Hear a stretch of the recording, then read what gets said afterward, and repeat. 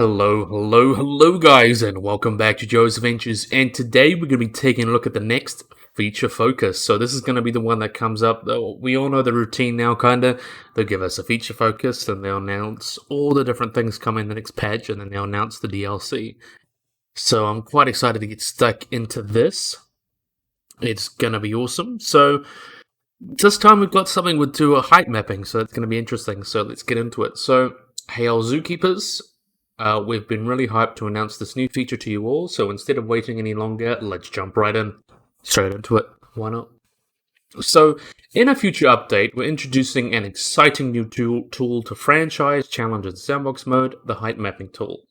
This tool will allow you to create your own custom height maps via image files, bringing even more diversity and customization to your park builds. Planet Zoo builds, okay. So we can see there are 4 custom heat maps coming pre-made in the update. So if you're unsure about how to go making your own, editing these is an easy way to get to grips with how it all works. Once you got the hang of it, it doesn't take more than a few minutes to create a custom map, edit the TIFF file directly, refresh the map, and ta-da! Your changes will be there. So that's interesting. So it seems like with the height maps, so obviously we'll be able to create more custom, instead of just having this big flat plane, you can see we're going to have this big, they're going to edit it for us. So that's really, really cool. So you kind of add a height map in your image, so you won't be just having a flat plane.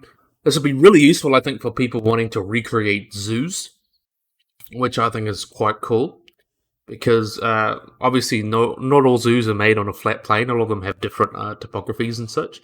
So if you could manage to find a good topography map, you could probably quickly make a nice height map to represent your zoo, and then you can build over it. So I think that's pretty cool. So let's get into it as well. So here's a handy little mini guide for how to create your height maps. So to create your height maps, first, you need to make your height map, and for this, it needs to be 10,024 pixels by 10,024 pixels TIFF file. So, any modern image editor lets you save an image as a TIFF, even Paint. So, if you've got Paint, Photoshop, you should be able to do that quite easily. Next up is making your map. So, the shades of gray decides the height of the map. The lighter it is, the higher the terrain. So you can create pits and crevices by going darker as you choose. The ground level is set as 128 RGB, and blurring or smudging them can make some awesome things, so get creative with it. So it's kind of like a normal topography map. Like the tallest peaks will be represented as yellow, or not yellow, white. And then as you go deeper and deeper, it goes darker and darker. So if you want to paint your own kind of like hills and maybe your own valley, you can make a valley or whatever. Just make sure that you keep the colors right, and then the game will be like, okay, these are the dark ones. This is what will be down and then up. So I think that's really, really cool. Really interesting. It's going to be cool to play with that. So then, once you finished, you save your TIFF file to Documents, Frontier, Planet Zoo. You use the height maps. Pretty simple. Launch Planet Zoo and go to create your new sandbox challenge or franchise zoo as normal. Setting your biome / continent, and set the terrain type as height map, your file name. So you can pretty much just set it yourself and use it whenever you like. It'd be cool to add like a bunch, so you can have a bunch of different varieties of different maps. So click and create your new map will load. Practice in sandbox before using franchise, so you don't waste any of your CC opening new zoos, so you can just play around it with sandbox. And after loading your custom map, you can jump into the in-game tools and smooth and tidy everything up. So yeah, that's awesome. I love it. So you can see this is an example here of what it would look like in-game for this one. So you can see the lighter Planet Zoo logo is there, so you can see it's slightly lighter than the overall gray map.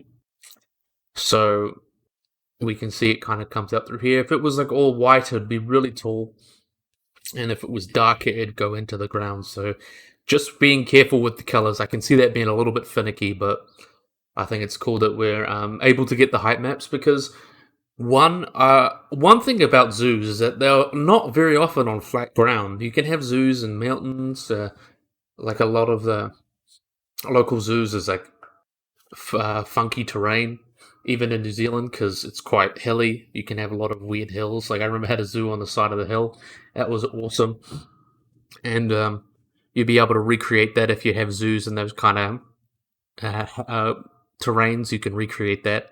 And obviously, it breaks the monotony of trying to make it yourself. You can just like load a height map and then edit it as you need as you make your zoos, so you can create something a little bit more creative instead of just being big and flat. So I think that's cool.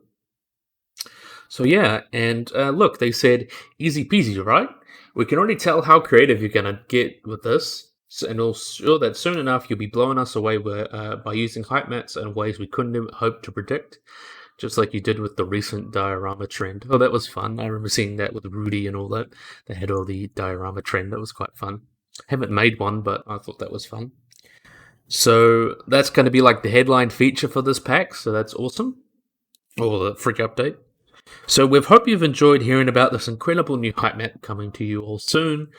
This will include a future update and we'll be sharing more information soon, so be sure to keep an eye out for our forum and official channels. So yeah, as we all know, we've got the program already. They're going to give us a teaser pack. So this seems to be the feature focus that they want us to headline this pack. So last time it was the reduction of the polar bears' needs.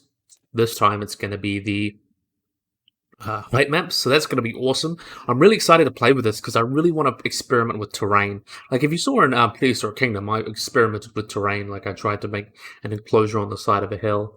I really love a feature like this, even in Prehistoric Kingdom, so we can not make these, so we don't need to always make a flat map, and then we can always experiment with different terrain types and stuff, so it's going to be awesome.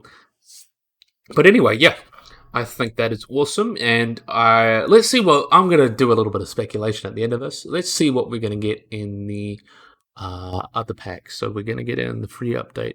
I feel like we're definitely going to be getting some big cat diving. That'll be for the Sumatran tiger, not Sumatran, Siberian tiger, the Bengal tiger, and the jaguar. We're definitely going to be getting we're going to be getting some diving for them. I wonder what else we're going to be getting in this update. I'm not sure actually. I wonder if we get the Theme Maker's Toolkit's probably a bit early yet because we have been speculating that, or kind of know, we're going to get DLC into 2022, so it's kind of unlikely that they'll give us that just yet. Just think of what else they'll add. Ambassadors, that's something I've been head thrown about. I'm sure there'll just be a lot of minor updates here and there along with the diving. Of course, once we get it, I'll share it on here, but what's the speculation for the pack? Like, pretty much the Planet Zoo community pretty much universally agrees that this is going to be a North America pack, so you will be having animals from North America. Whether it's moose or alligators, or the animals, doesn't really matter too much to me as long as they're kind of, I don't know if they're good. I know a lot of people really want moose. Alligators another great choice. Cougars are also a great choice, so it's really just seeing what they'll do. I'm quite excited to see how they'll experiment with that. And yeah, I think that's about it. I don't want to speculate on the December pack because everyone's kind of already speculated on that, but that's kind of too far in the future, I think, to really have serious discussions about. But yeah. So yeah, I really hope you guys enjoyed this video. I hope you guys like and subscribe. Always remember to click the little bell icon to get notified when I upload anything. So yeah, hopefully you guys enjoy this video. If you guys like and subscribe, and bye-bye.